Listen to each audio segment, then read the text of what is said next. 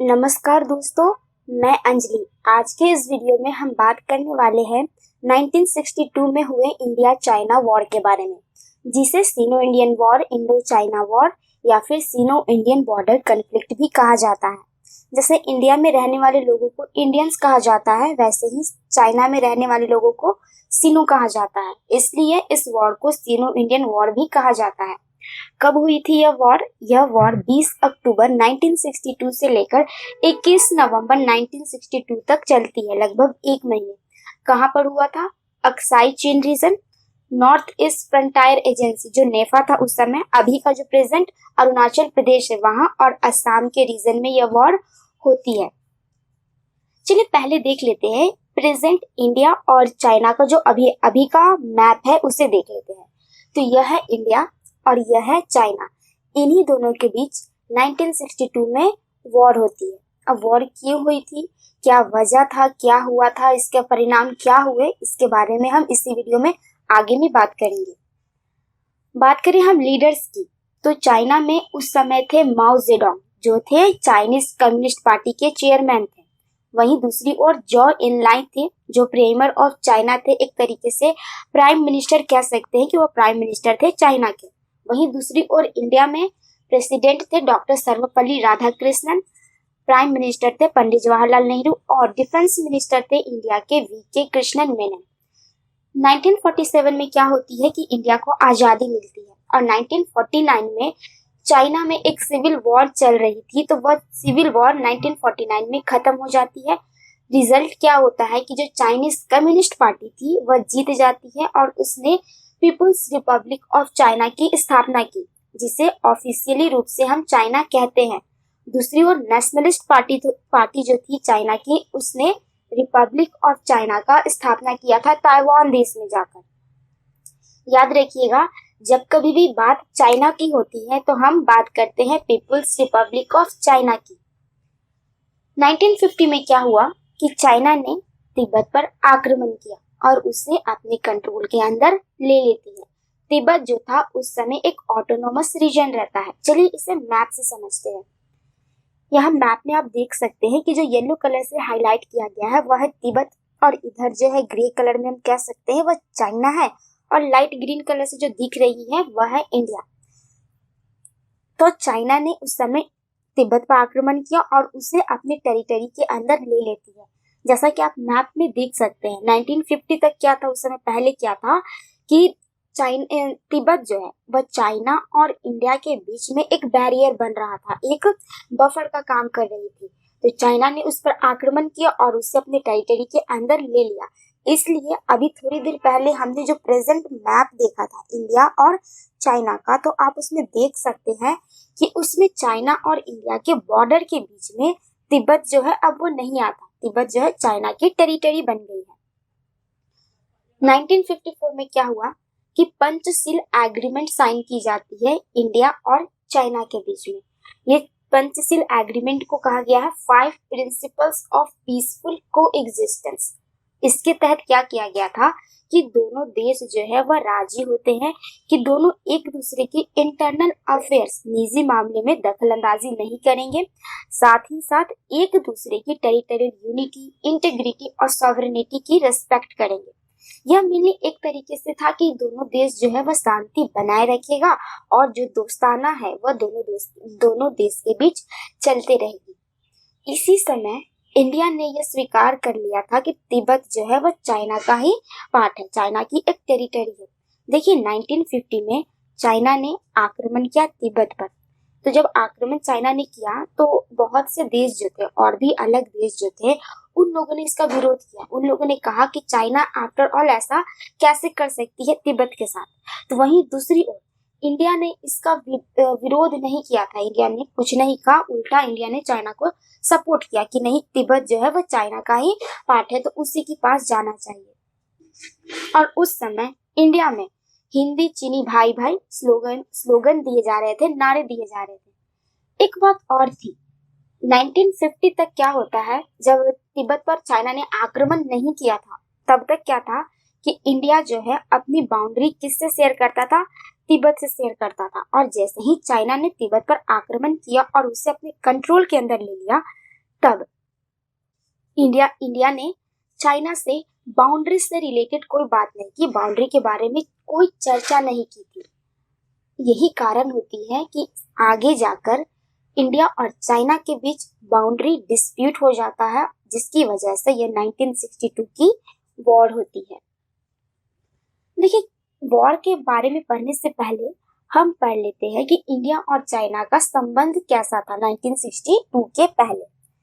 तो संबंध जो रहते हैं बहुत ही अच्छे थे, दोनों एक दूसरे की गहरी मित्रता थी दोनों में। इंडिया जो था, मतलब उस समय क्या था कि चाइना को आइसोलेट कर दिया गया था, अलग कर दिया गया था, क्योंकि चाइना एक कम्युनिस्ट देश था, तो उसी बाकी देश जो है आइसोलेट कर देते हैं, कोई साथ नहीं देते हैं। तो इंडिया ने उस समय चाइना का साथ दिया था, उससे दोस्ती की थी, और इंडिया ही पहला नेशन बना था जिसने पीपल्स रिपब्लिक ऑफ चाइना को डिप्लोमेटिक रिकॉग्निशन दिया था, मतलब राजनयिक मान्यता दी थी। जापान में एक पीस ट्रीटी होती है, तो जिसके लिए कॉन्फ्रेंस किया जाता है, तो उसमें इंडिया को बुलाया गया था, बट इंडिया ने उस कॉन्फ्रेंस को अटेंड नहीं किया था। पीस ट्रीटी की कॉन्फ्रेंस को अटेंड नहीं किया था। क्यों नहीं किया था? क्योंकि उस समय चाइना को इनवाइट नहीं किया गया था उस कॉन्फ्रेंस में, इसलिए इंडिया ने भी नहीं किया, क्योंकि इंडिया और चाइना की उस समय गहरी मित्रता थी, बहुत, दोनों जो है बहुत ही अच्छे दोस्त थे। यहाँ तक कि यूनाइटेड नेशन में जो चाइना जगह बना पाई है, वह इंडिया के वजह से ही बना पाई है। इंडिया ने ही मदद की थी चाइना की, कि ताकि वह यूनाइटेड नेशन में अपनी जगह बना पाए। तो इस तरीके की रिलेशन थी, बहुत अच्छी मित्रता थी। और क्या होती है कि एक छोटा सा डिस्प्यूट हो जाता है बाउंड्री से रिलेटेड, जिसके वजह से जो दोनों का संबंध रहता है, वो संबंध, अब जो अच्छे संबंध थे वो टूट जाते हैं, गांठ पड़ जाता है उन दोनों के रिलेशन में। इंडिया ने कभी नहीं सोचा था कि चाइना जो है, जो उसका इतना अच्छा मित्र है, वह आगे चलकर उस पर ही आक्रमण करेगा, उससे ही युद्ध करेगा। तो चलिए देखते हैं कि जो 1962 की वॉर होती है, उसके कॉजेस क्या थे, उसकी वजह क्या रहती है। जो मेन कॉजेस रहता है, मेन रीजन था बाउंड्री डिस्प्यूट। जो बॉर्डर डिस्प्यूट होती है, वो कहाँ होती है? दो रीजन में होती है, एक तो अक्साई चीन एरिया और दूसरा है नेफा, नॉर्थ ईस्ट फ्रंटायर एजेंसी। देखिए, हुआ क्या था कि जो अक्साई चीन रीजन है, इंडिया कह रही थी कि अक्साई चीन रीजन इंडिया का है क्योंकि वो लद्दाख का पार्ट है। वहीं दूसरी ओर चाइना बोल रहा था कि नहीं, वह चाइना का पार्ट है। इंडिया ने कहा कि जॉनसन लाइन के according Aksai Chin reason Jammu and Kashmir का पार्ट है, जम्मू एंड कश्मीर जो है वह इंडिया का है, इसलिए अक्साई चीन रीजन इंडिया का हो गया। वहीं चाइना ने कहा, जो चाइना के प्राइमर थे जॉ इन लाइन, उन्होंने कहा कि नहीं, मैकडॉनल्ड लाइन के अनुसार अक्साई चीन रीजन जो है वह किसका है? चाइना का है। यह डिस्प्यूट हुआ 1956 और 57 के बीच लगभग। इन चाइना ने क्या किया कि अक्साई चीन वाले रीजन से एक रोड को कंस्ट्रक्ट कर दिया, रोड बना दिया, जो जिंगजांग और तिब्बत को कनेक्ट करती थी। अब जैसे ही चाइना ने अक्साई चीन रीजन से एक रोड निकाल दिया, तो इस पर इंडिया ने आपत्ति जताई। इंडिया ने कहा कि चाइना ऐसा कैसे कर सकती है, यह मेरा घर है, मुझसे पूछे बिना तुम यहाँ से रोड कैसे निकाल सकते हो। तो वहीं दूसरी ओर चाइना कहती है कि नहीं, ये मेरा रीजन है तो हम निकाल सकते हैं। तो यही होता है कि इन्हीं दो, मतलब ये एक मैटर था कि दोनों के बीच बहस छिड़ जाती है कि मेरा है और मेरा है। चलिए इसे हम इस मैप के थ्रू समझते हैं। यहाँ आप देख सकते हैं, यहाँ पे मैप है और ये अक्साई चीन रीजन है। तो ये जो इसी पे कन्फ्लिक्ट हुआ था, इंडिया कहती है मेरा है और चाइना बोलती है कि नहीं, यह मेरा है। और देखिए यहाँ LAC है, ये जो डॉटेड लाइन दिया गया है वह LAC है, जिसे लाइन ऑफ एक्चुअल कंट्रोल कहा जाता है। और लाइन ऑफ एक्चुअल कंट्रोल जो है LOC से अलग है।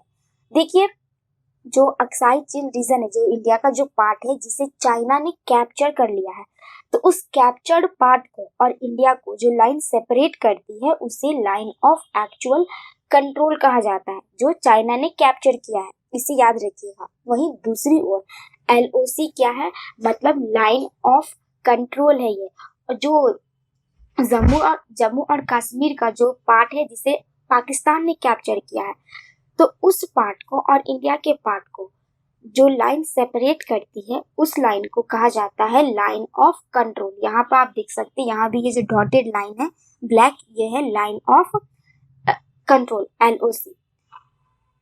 और यहाँ देखिए, यहाँ पर है एक सियाचिन ग्लेशियर, और ये जो ग्लेशियर है यहाँ का अभी भी जो बॉर्डर है वह इंडिया, चाइना और पाकिस्तान के बीच में जो है वह क्लियर नहीं है कि आफ्टर ऑल ये रीजन किसका है। बॉर्डर डिस्प्यूट अभी भी वहां होते रहते हैं, बॉर्डर जो है वह क्लियर नहीं है कहाँ का, सियाचिन ग्लेशियर का। यह तो पहला हो गया अक्साई चीन रीजन का। और दूसरा था नेफा, जो नॉर्थ ईस्ट फ्रंटायर एजेंसी है जिसे हम आज कहते हैं अरुणाचल प्रदेश, जो आज का अरुणाचल प्रदेश है। तो इसको लेकर इंडिया और चाइना के बीच में भी विवाद हुए थे। इंडिया क्या बोल रही थी कि हमारा है, और चाइना बोल रही थी कि नहीं वह हमारा है। देखिए, इंडिया ने कहा कि मैकमोहन लाइन है, और इस मैकमोहन लाइन के अकॉर्डिंग ये जो नेफा का रीजन है वह इंडिया का है। आप यहाँ मैप में देख सकते हैं, यहाँ रेड लाइन से ये जो डॉटेड लाइन है यह मैकमोहन लाइन है। मैकमोहन लाइन के अकॉर्डिंग नेफा रीजन यानी अरुणाचल प्रदेश जो है वह किसका पार्ट है, वह इंडिया का पार्ट है। चाइना इस पर अपना क्लेम करती है। देखिए, जो हिमालय रेंज जाता है तो चाइना ने क्या कहा कि up to the foothills of Himalaya, जितना भी एरिया है वह किसका है, वह चाइना का पार्ट है। तो ये दूसरी बॉर्डर डिस्प्यूट हो गई थी। तो ये तो हो गया पहला रीजन कि बॉर्डर डिस्प्यूट कि कहाँ कहाँ अक्साई चीन रीजन और नेफा के रीजन में हुआ था। चाइना ने एक मैप शो किया था जिसके अकॉर्डिंग लगभग 120,000 स्क्वायर किलोमीटर जो इंडियन टेरिटरी थी वह चाइना क्लेम कर रही थी कि वह चाइना की है। अब देखते हैं दूसरा रीजन क्या था। 1959 में तिब्बत में क्या हुआ था कि एक अपराइजिंग हो गई थी चाइनीज रूल के खिलाफ, यानी जो चाइनीज उस पर आक्रमण किए थे तो उसके खिलाफ कुछ लोगों ने रेबेल कर दिया था, विद्रोह कर दिया था। कहाँ होता है, तिब्बत के ल्हासा में। ल्हासा जो है तिब्बत का कैपिटल है। तो वहां के जो ल्हासा के थे दलाई लामा, जो दलाई लामा थे उस समय 14वें दलाई लामा थे। दलाई लामा एक तरीके से स्पिरिचुअल लीडर माने जाते हैं। तो वो जो थे ल्हासा से भागकर इंडिया आते हैं, अपनी मतलब इंडिया आ जाते हैं। तो इंडिया ने दलाई लामा का स्वागत किया, उनको शरण दिया अपने यहाँ। अब जैसे ही इंडिया ने दलाई लामा को शरण दिया अपने यहाँ, तो यह बात चाइना को अच्छी नहीं लगती है।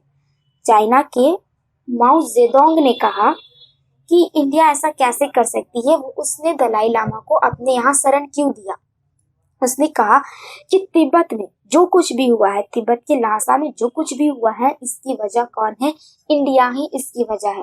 इंडिया या तो यह चाहती है कि चाइना का जो तिब्बत पे कंट्रोल है वह हट जाए, इंडिया तिब्बत को अपने कंट्रोल के अंदर लेना चाहती है, नहीं तो चाइना को फ्री करना चाहती है। तो यह सोचने लगी थी चाइना। तो यह दूसरा रीजन बन गया कि 1962 की वॉर होती है। चलिए देखते हैं कि वॉर कैसे स्टार्ट होता है। 1959 में जिस समय इंडिया ने दलाई लामा को अपने यहाँ शरण दी, तो उसी समय इंडियन और चाइनीज आर्मी के बीच में छोटे छोटे क्लैशेस होने लगते हैं। सबसे पहला क्या होता है कि चाइना की आर्मी ने ईस्टर्न सेक्टर जो नेफा वाला रीजन था वहां पर लोंगजू नाम का एक एरिया है, वहां पर आक्रमण किया था अगस्त के महीने में। और वहीं दूसरी वेस्टर्न सेक्टर यानी जो अक्साई चीन जो लद्दाख का रीजन है वहां पर आक्रमण करते हैं कोंगका पास में। चलिए इसे मैप से समझते हैं। देखिए यहाँ आप मैप में देख सकते हैं, ये लोंगजू रीजन है, यहीं पर चाइना ने नेफा वाले रीजन में आक्रमण किया था। और ये दूसरा देखिए, यह जो है यहाँ कोंगका रीजन आप देख सकते, कोंगका पास देख सकते हैं। यहाँ पर ये मेनली लद्दाख के पास आती है, तो वहां पर चाइना ने आक्रमण किया था। 1959 में चाइना ने आक्रमण कर दिया। 1960 में जॉ इनलाई जो है वह इंडिया आते हैं और उन्होंने इंडिया के प्रधानमंत्री को, यानी उस समय के प्रधानमंत्री थे पंडित जवाहरलाल नेहरू, उन्हें एक सजेशन दी।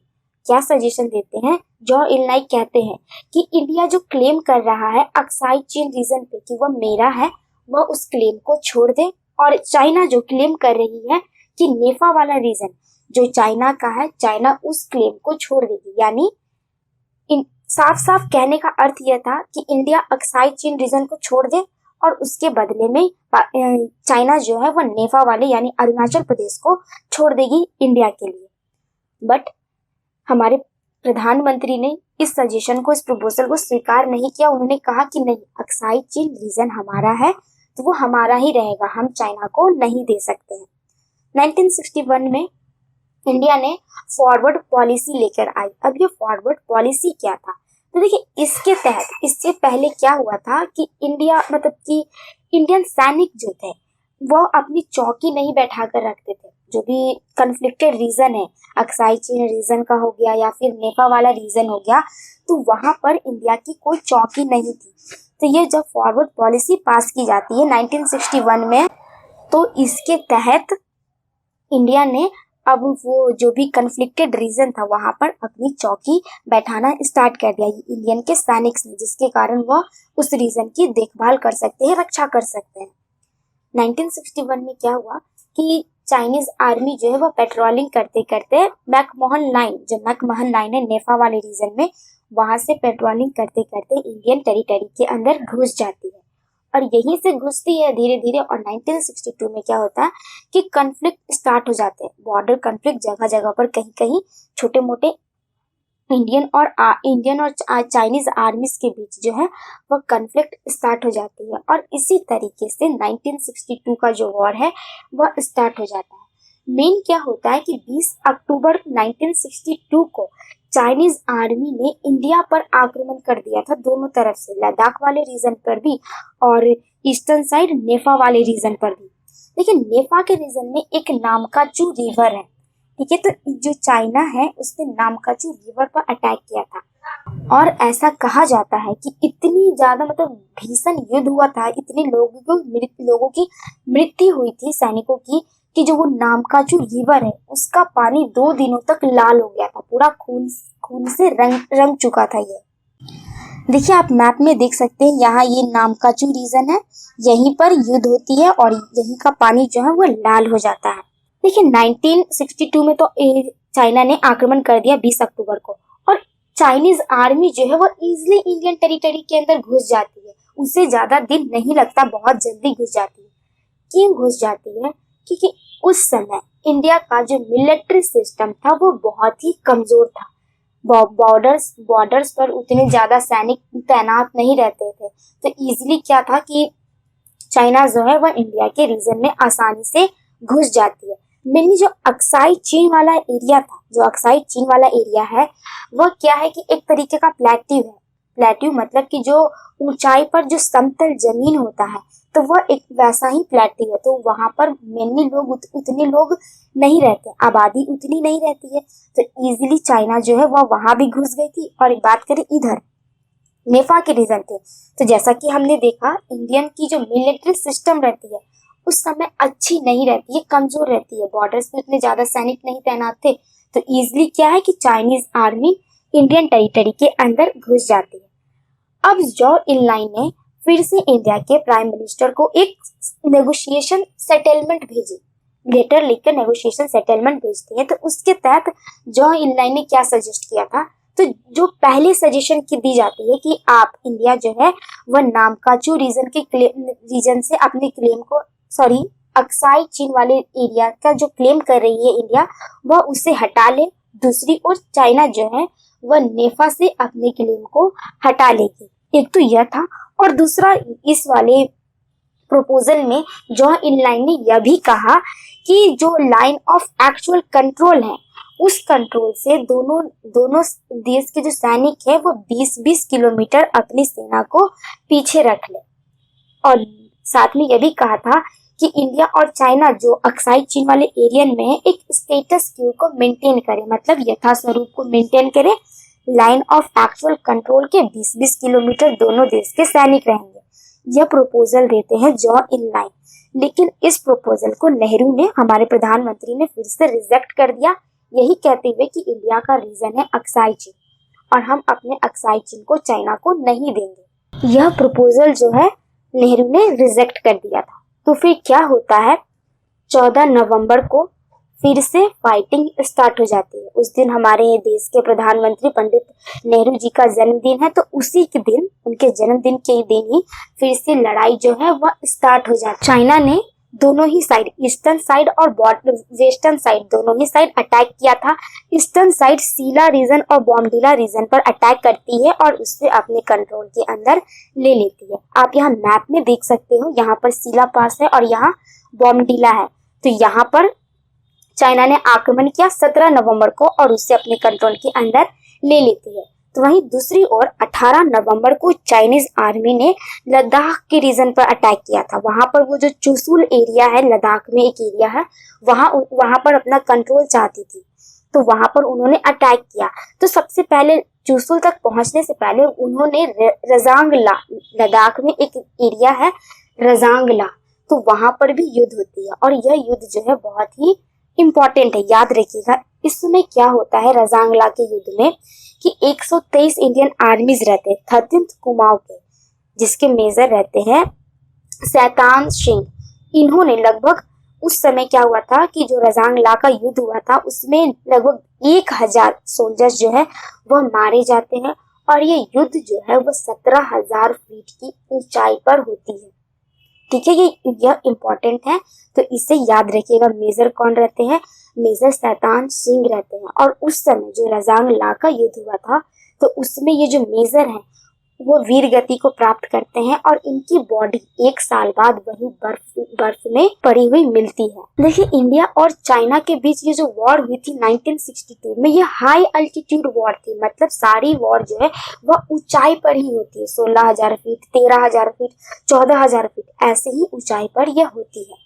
और दूसरी ओर चाइनीज के जो आर्मी थे, चाइना जो है वह असम के तेजपुर तक होते हुए अंदर घुस जाती है, यानी असम के तेजपुर तक पहुंच जाती है।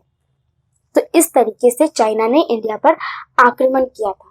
लास्टली 21 नवंबर को क्या होता है कि चाइना ने अपनी तरफ से यूनिलैटरल सीज फायर का अनाउंसमेंट किया, जिसके तहत ये वॉर खत्म हो जाती है। चाइना ने कहा कि अब हम युद्ध नहीं करना चाहते, हमारी जो सैनिक है वो लाइन ऑफ एक्चुअल कंट्रोल के 20 किलोमीटर पीछे चली जाएगी और इसी के साथ इंडिया चाइना वॉर जो है वह खत्म हो जाती है।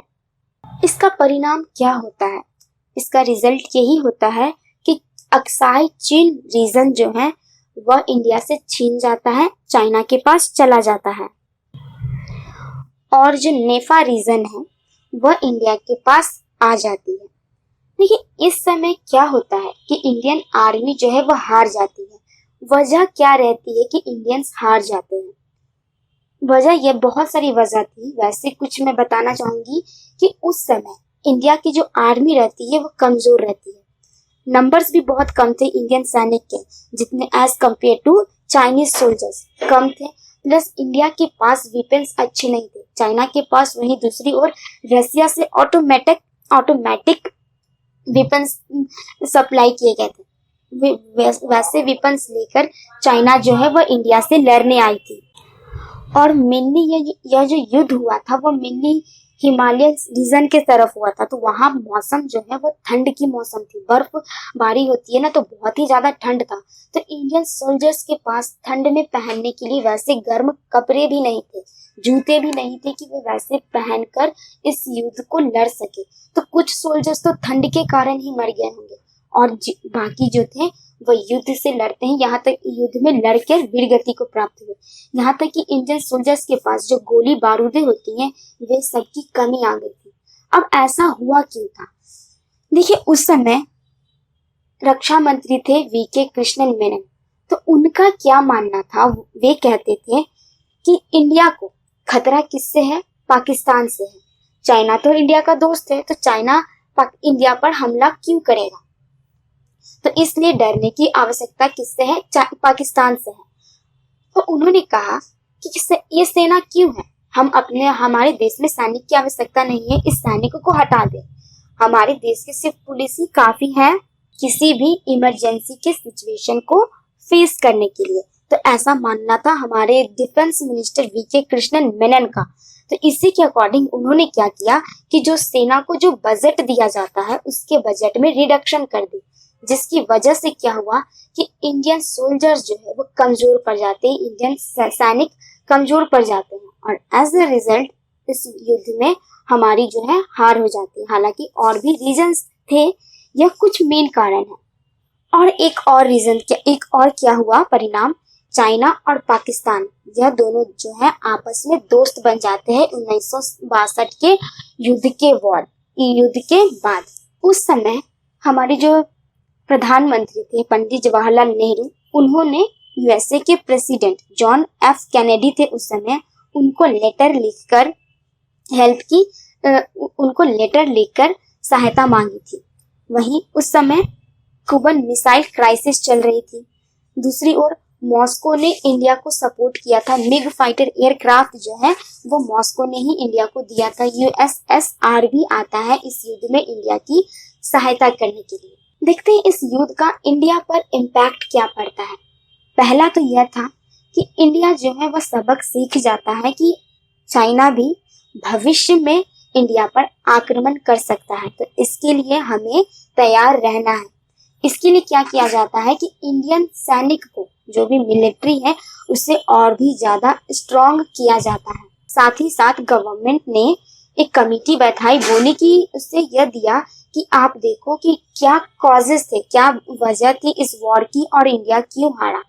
तो हेंडरसन ब्रूक्स भगत रिपोर्ट, ये बहुत इंपॉर्टेंट है, ये याद रखिएगा। हेंडरसन ब्रूक्स भगत रिपोर्ट, यह रिपोर्ट जो थी वह यह बताती है कि रीजन क्या थे कि वॉर क्यों हुए और वजह क्या थी कि जिसके कारण इंडिया उस समय उस 1962 के वॉर में फेल हो जाती है, हार जाती है। हालांकि आज तक इस रिपोर्ट को क्लासिफाई नहीं किया गया है।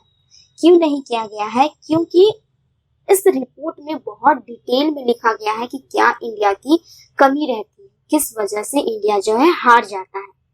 एक और मेन वजह रहती है कि इंडिया की हार होती है उस समय। वजह क्या थी कि इंडिया ने अपने एयरफोर्स और नेवी को नहीं यूज किया था, तो यह सबसे बड़ी गलती रहती है इंडिया की। यदि इंडिया ने यूज किया होता तो हो सकता है कि आज वॉर के परिणाम कुछ और होते। देखिए, लगभग 1300 से अधिक इंडियन आर्मीज जो है, सैनिक जो है वो मारे जाते हैं। बहुत सारे मिसिंग्स हो जाते हैं, 1600 से अधिक मिसिंग्स थे। कितनों 4000 लगभग जो है कैप्चर कर लिए जाते हैं। बहुत सारे जो है वो घायल हो जाते हैं। और यह जो नेफा है उससे अरुणाचल प्रदेश, जिसे हम कहते हैं आज का, तो 1987 में अरुणाचल प्रदेश को इंडियन स्टेट के रूप में स्वीकार कर लिया था, भारतीय राज्य की जगह दे दी जाती है। तो यह था इंडिया चाइना का वॉर जो 1962 में हुआ था।